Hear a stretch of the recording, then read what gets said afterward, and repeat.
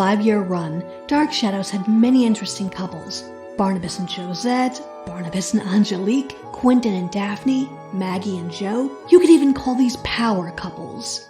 Fans wanted to see their love succeed. There were several couples I wanted to see together, but their relationship either didn't last or the writers never gave them a chance. The following top 5 couples are my opinion. Please share your top 5 Dark Shadows couples with me in the comments below. This can be couples that existed or couples you wanted to see.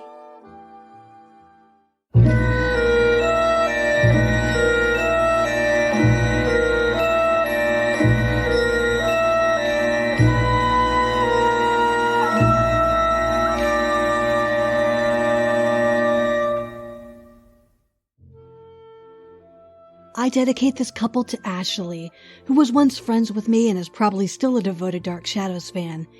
Ashley and I used to write fan fiction about George and Elizabeth, although she was partial to the George Patterson portrayed by Michael Kavanagh in the 1991 series. In the original series, Elizabeth and George barely interacted beyond when David tried to do something unspeakable like attempt to murder his father, or there's some supernatural prowler like a vampire or werewolf lurking on the grounds. But I feel Elizabeth and her love life are sadly underrepresented. There's a hint of a love, Ned Calder, potentially Bill Malloy, but I would have loved to have seen Elizabeth with a current local in the town.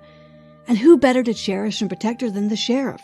Little is known about George Patterson, but from watching the entire series, I get a strong sense that he cared about the family, but also wouldn't put them above the law because they weren't. I feel George also would have been able to help Elizabeth with her wild child, CAROLYN. And I particularly love the episode where he puts CAROLYN in her place and scolds her for treating her mother so poorly. I imagine if this couple had the chance to exist, Roger wouldn't have been a fan, but Elizabeth would have stood her ground.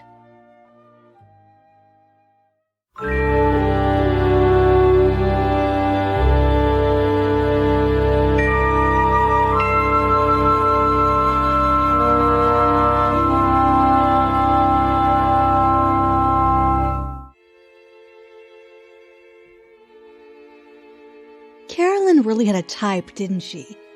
She ditched Joe Haskell for an infatuation with Burke Devlin, the mysterious rich older man with a personal vendetta against her family. After that fizzled out, she went for Buzz Haskett to get back at her mother for agreeing to marry Jason McGuire. Then there was Adam, Dark Shadow's answer to Frankenstein, but my personal favorite relationship, which didn't last, because it's CAROLYN we're talking about here, was Chris Jennings. Chris still falls into that mysterious bad boy category, but I really enjoyed the chemistry the couple had. I suppose it was because Nancy Barrett and Don Briscoe portrayed these characters so well, but I really enjoyed when they were on screen together. Chris, in his own way, did seem to care about CAROLYN, and I believe CAROLYN could have done him some good, especially with his sister Amy, had the writers given them an opportunity to really connect with one another.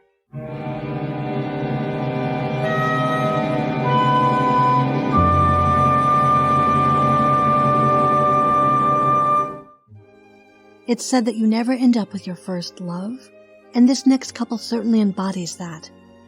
When I saw the 1840 storyline for the first time, I was about the age of Carrie Stokes. They start out very cute together, and it was very easy for me to root for them. But the death of Mordecai Grimes, Jeremy's father, gets in the way. Jeremy goes from believing Quentin's innocence to the backward thinking of his father. And sadly, Carrie experiences her first heartbreak when Jeremy abandons her. One day I'm going to write some fan fiction about these two, and I'll probably turn it into an audio drama. But this was one couple I really wanted to see more of. I love the episode when Carrie sketches Jeremy. You can really tell that she cares for him, and he cares for her too. They just have a lot of fun together, and their banter and their chemistry on screen. It's just really sad that they only lasted like 4 episodes. If you want to watch a video depicting their brief relationship, check out Victoria Winter's 1991's fan video to the song In the Middle of Kiss.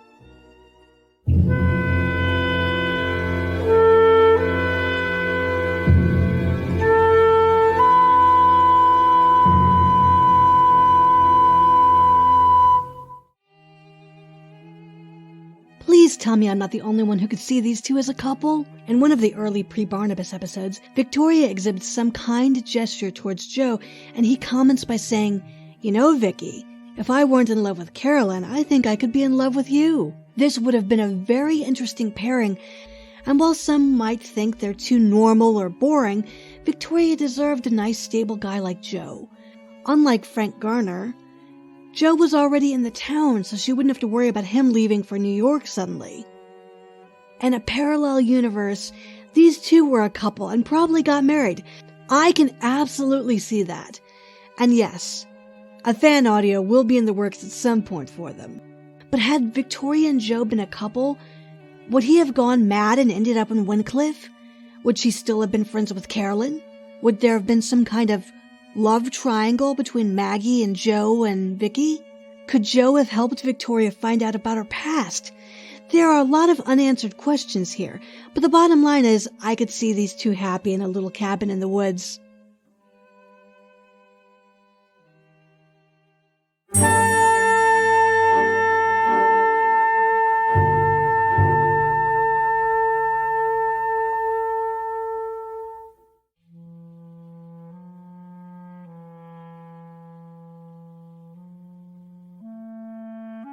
For the 1897 storyline, Dan Curtis borrowed from Jane Eyre again. Enter Rachel Drummond, the orphaned girl who is abandoned by her aunt and shut up in a horrible boarding school environment where she is abused by a self-proclaimed reverend. But the writers of Dark Shadows are kind and give Rachel a friend to confide in, Tim Shaw, who not only befriends her, but attempts to escape with her. They were childhood friends, but the way Rachel talked of Tim to Barnabas and others, I believe she harbored feelings for him. As for Tim, he clearly cared for Rachel. He tried to protect her when she was dying, and then after her death, his despair turned to hatred and revenge. In fact, his whole personality changed. Tim became this unlikable guy who only wanted to get back at Trask. Rachel made him a better, kinder person.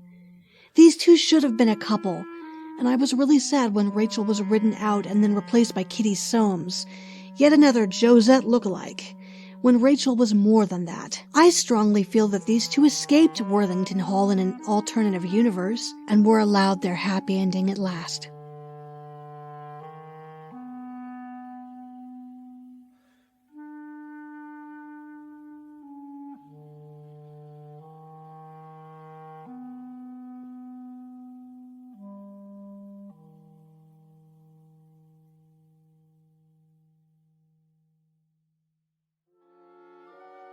Thank you for watching my top 5 picks for Dark Shadows couples that should have been. If you enjoyed this video and would like for me to make another top 5 video, please let me know in the comments below. The music heard throughout this video was by Robert Coberts from his complete Dark Shadows music album. This is Rachel Pulliam wishing you all a happy new year, and I look forward to sharing more productions with you in 2023.